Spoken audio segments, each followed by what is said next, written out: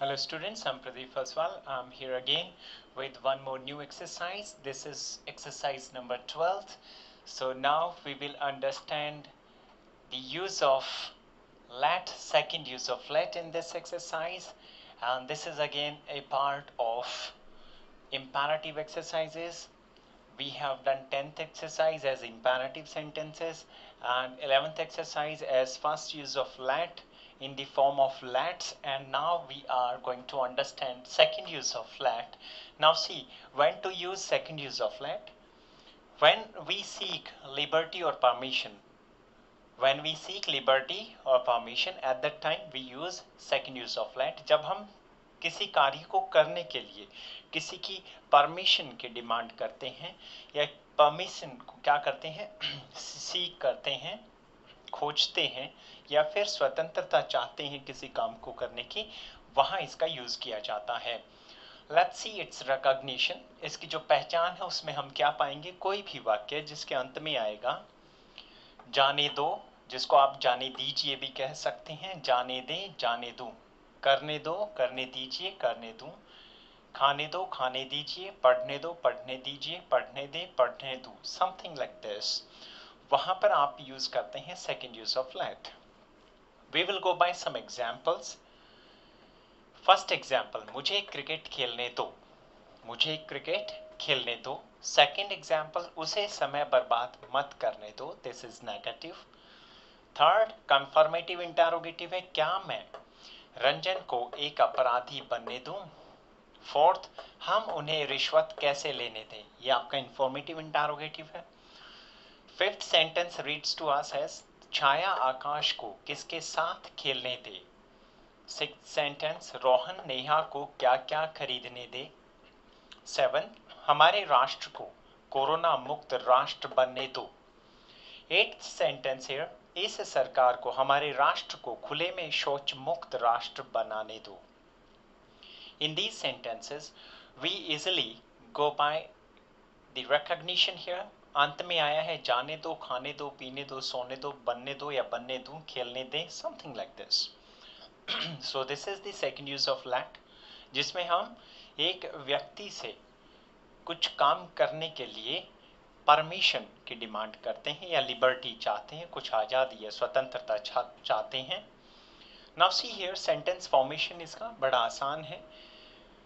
अगर देखें तो स्ट्रक्चर थोड़ा सा डिफिकल्ट दिखेगा but it is easy. Let's see this. Simple sentence में हमें करना क्या है? First we will use let और फिर सब्जेक्ट, वर्ब फर्स्ट और ऑब्जेक्ट आप ऐसे यूज करेंगे. यहाँ पर एक स्थिति थोड़ी सी पेचीदा हो जाती है. In order to help you all, मैंने उस स्थिति को आसान बनाया है कुछ अपने तरीके से. मैंने आपको बताया मुझे क्रिकेट खेलने दो, एक ऐसा वाक्य है जो सिंपल है और यहां से पहचान हुई सेकंड यूज ऑफ लेट है. Please pay attention now. यहां पर इसका पूरा अर्थ देखेंगे तो क्या है? आप मुझे क्रिकेट खेलने दो. तुम मुझे क्रिकेट खेलने दो. तो आप या तुम, हालांकि हमें यूज आप ही करना है but just to help you out कि कोई तुम भी यहाँ यूज कर सकता है. सो बेटर टू यूज आप. आप मुझे क्रिकेट खेलने दो, आप उसे समय बर्बाद मत करने दो. तो यहाँ सिंपल और नेगेटिव में आप जो सब्जेक्ट रहेगा वो अंडरस्टूड रहेगा. जैसा कि मैंने बताया ये भी इंपैरेटिव का ही एक हिस्सा है, तो कुछ इंपैरेटिव का असर यहाँ दिखाई पड़ता है. जहाँ पर सिंपल और नेगेटिव में हमने देखा था सब्जेक्ट यू अंडरस्टूड था, तो हमने इस यू को फर्स्ट सब्जेक्ट ले लिया, अंडरस्टूड सब्जेक्ट. आफ्टर दिस आपको लेट यूज करना है एंड देन आपका सब्जेक्ट जो वाक्य में आया है मुझे क्रिकेट खेलने दो, तो यहां पर आप यूज करेंगे सेकंड सब्जेक्ट मुझे. अब ये जो सब्जेक्ट नाउन अगर आता है तो नाउन को आप नाउन रखेंगे. अगर प्रोनाउन आ जाता है एट दैट टाइम प्रोनाउन का ऑब्जेक्टिव केस आप इसे सब्जेक्ट के रूप में लिखेंगे. ये मैंने इसको आसान बनाने के लिए आपके लिए किया है. आई का आप मी लिखेंगे, ही का हिम, शी का हर, दे का देम, वी का अस, इट का इट आप रखेंगे. सो नाउ सी हियर, जब सेकंड सब्जेक्ट की आप बात करते हैं, be it is simple, negative और interrogative, there you need to go by this rule wherein you यू फाइंड कि सब्जेक्ट है तो यहाँ पर नाउन है, सब्जेक्ट नाउन है तो आप नाउन ही रखेंगे, लेकिन प्रोनाउन अगर आ गया है तो उसके सब्जेक्टिव केस की बजाय आप ऑब्जेक्टिव केस को यहाँ लिखेंगे। Now see if it is negative, negative में भी कुछ नहीं करना, सिंपल आपका पहले यू अंडरस्टूड रहेगा फर्स्ट सब्जेक्ट, फिर आपको सिर्फ डोंट प्लेस करना है, लेट आप यूज करेंगे, सेकंड सब्जेक्ट आप यहाँ यूज करने वाले हैं। If it is noun then you will keep here as noun. अगर आप इसको प्रोनाउन लिखते हैं यहाँ पर तो प्रोनाउन का यहाँ पर आपका ऑब्जेक्टिव केस आप यूज करेंगे। ही का हिम, शी का हर, आई का मी, दे का दैम, वी का अस और इट का आप इट रखेंगे। मूविंग अहेड, इंटरोगेटिव्स की बात करते हैं। सिंस वी नो दैट कि लेट के यूजेस भी क्या है, इंपैरेटिव का ही हिस्सा है, तो इंपैरेटिव्स का जब इंटरोगेटिव हम करते हैं एट द टाइम डू का शुड हो जाता है, डू का क्या हो जाता है, शुड हो जाता है। सो हम क्या करने वाले हैं, डब्ल्यू एच, आपके जो इंफॉर्मेटिव इंटरोगेटिव से डब्ल्यू एच से शुरू होते हैं, कन्फर्मेटिव इंटरोगेटिव शुड से शुरू होते हैं। जो वाक्य हिंदी में क्या से शुरू होगा, जैसे कि थर्ड सेंटेंस है तो वो शुड से शुरू होगा। जैसे कि हमने देखा फोर्थ सेंटेंस, इसके बीच में प्रश्नवाचक शब्द आया है डब्ल्यू एच और एच फैमिली का, तो वो आपका डब्ल्यू एच और एच से शुरू होता है। नाउ सी हियर, इसके बाद आप फर्स्ट सब्जेक्ट यहाँ रखेंगे। जैसा कि हमने पाया सिंपल और नेगेटिव में फर्स्ट सब्जेक्ट जो होता है यू अंडरस्टूड रहेगा, और यहाँ पर जब ये इंटरोगेटिव्स बन जाते हैं at the time first subject आप लिखेंगे, इसमें वो पहले से ही यहाँ होता है। और यहाँ पर नाउन आ गया तो नाउन, अगर प्रोनाउन आ गया तो उसका सब्जेक्टिव केस ही आप यूज करेंगे, क्योंकि ये फर्स्ट सब्जेक्ट है ना कि सेकंड यहाँ पर। After this gets preceded with let and then you use your second subject। अभी सेकंड सब्जेक्ट में आप क्या पाएंगे, यहाँ पर अगर ये सब्जेक्ट नाउन है तो नाउन लिखेंगे, अगर आपने ये सब्जेक्ट प्रोनाउन पाया तो प्रोनाउन का आप क्या करेंगे, ऑब्जेक्टिव केस यूज करेंगे। After this your verb first and then your object.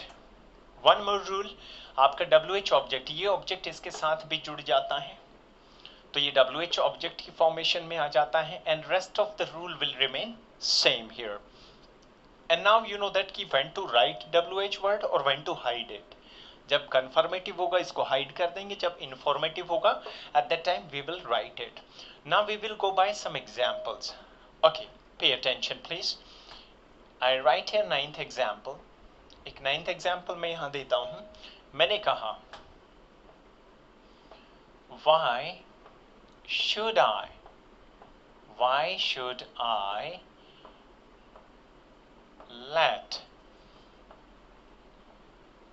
you go there? मैं आपको वहां क्यों जाने दूं?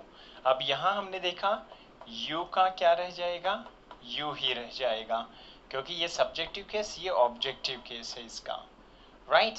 So now why should I let you go there? अगर मैंने कहा क्या मैं आपको वहां जाने दूं, I will just go by this should I, क्योंकि फर्स्ट सब्जेक्ट है I यहाँ पर, should I let। अगर मैं आपको लिखता हूं तो you लिखूंगा, अगर उसे लिखूंगा तो मैं क्या कहूंगा, should I let him, लड़का है तो लड़की है तो her, should I let him go there, क्या मैं उसे वहां जाने दूं। Next I write here whatsoever should Raman let Abha buy? Whatsoever should Raman let Abha buy? यहां पर हमने देखा whatsoever के बाद आपने should यूज किया। whatsoever WH ऑब्जेक्ट का पार्ट होता है, as we have learnt it in WH family words exercise में हमने इसको सीखा है। whatsoever should, अब यहाँ आया Raman first subject, whatsoever should Raman let, यहाँ आया है आभा। अगर यहाँ पर आभा की बजाय मैं यहाँ प्रोनाउन यूज करूंगा तो मुझे क्या करना होगा, सेकंड सब्जेक्ट के अंदर प्रोनाउन का ऑब्जेक्टिव केस यूज करना होगा। फिर मैं कहूंगा whatsoever should Raman let her buy। Abha noun है, प्रोनाउन होगा तो उसका हर यूज यहाँ हम करेंगे bye. So now see here, this is the way that we treat second use of let. So please practice it the better way, and later I will come up with its solutions also. I believe you have understood it. Thanks a lot.